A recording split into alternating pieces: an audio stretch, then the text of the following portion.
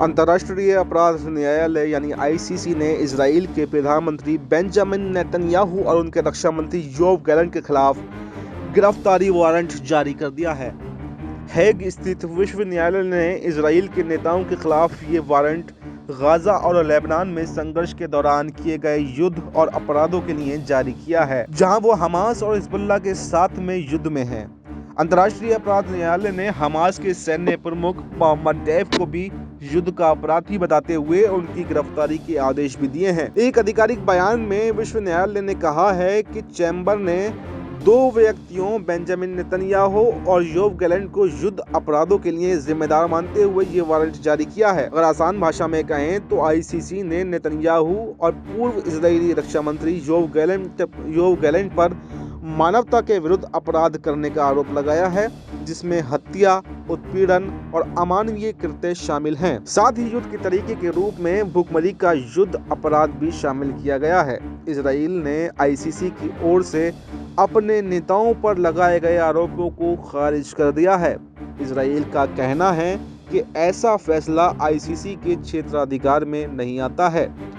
Israel के प्रमुख विपक्षी नेता यायर लिपिड ने भी इस आदेश की निंदा करते हुए इसे आतंकवाद के लिए इनाम करार दिया है। इजराइल के प्रधानमंत्री बेंजामिन नेतन्याहू ने आईसीसी के फैसले के कुछ घंटे बाद ही इस पर अपनी प्रतिक्रिया दी। उन्होंने अपने एक्स हैंडल पर एक वीडियो मैसेज में कहा कि हेग में अंतर्राष्ट्रीय न्यायालय का यहूदी विरोधी फैसला एक आधुनिक ड्रेफस मुकदमा है और इसका अंत भी उसी तरह से होगा। आईसीसी पर हमला करते हुए नेतन्याहू ने अपने वीडियो संदेश में जिस ड्रेफस मुकदमे का जिक्र किया वो एक राजनीतिक और न्यायिक घोटाला था जो 1894 और 1906 के बीच फ्रांस में हुआ था, जिसमें अल्फ्रेड ड्रेफस नामक एक यहूदी फ्रांसीसी सेना अधिकारी को जर्मनों को सैन्य रहस्य बेचने के कथित राजद्रोह के मामले में गलत तरीके से दोषी ठहराया गया था।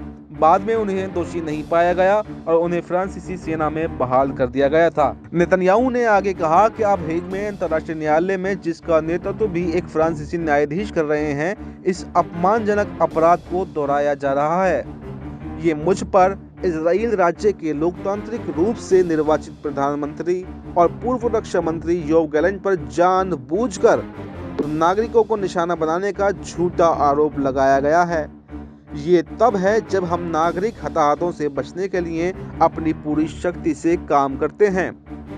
नेतन्याहू ने इस दावे का खंडन करते हुए कहा कि जबकि इजराइल ने गाजा के नागरिकों को 7 लाख टन भोजन परोसा है, आईसीसी उन पर जानबूझकर लोगों को भूखा रखने का झूठा आरोप लगा रहा है।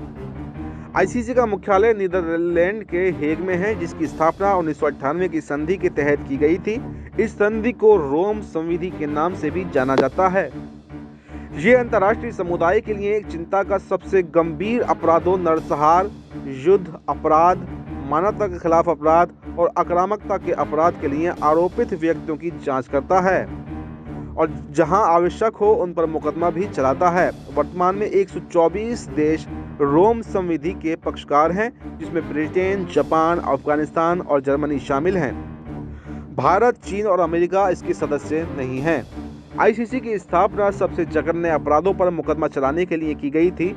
जब किसी देश की अपनी कानूनी मशीनरी कार्रवाई करने में असमर्थ या अनिच्छुक हो, अंतर्राष्ट्रीय न्यायालय आईसीजे के विपरीत जो देशों और अंतर्राज्यीय विवादों में से निपटता है, आईसीसी व्यक्तियों पर मुकदमा चलाता है।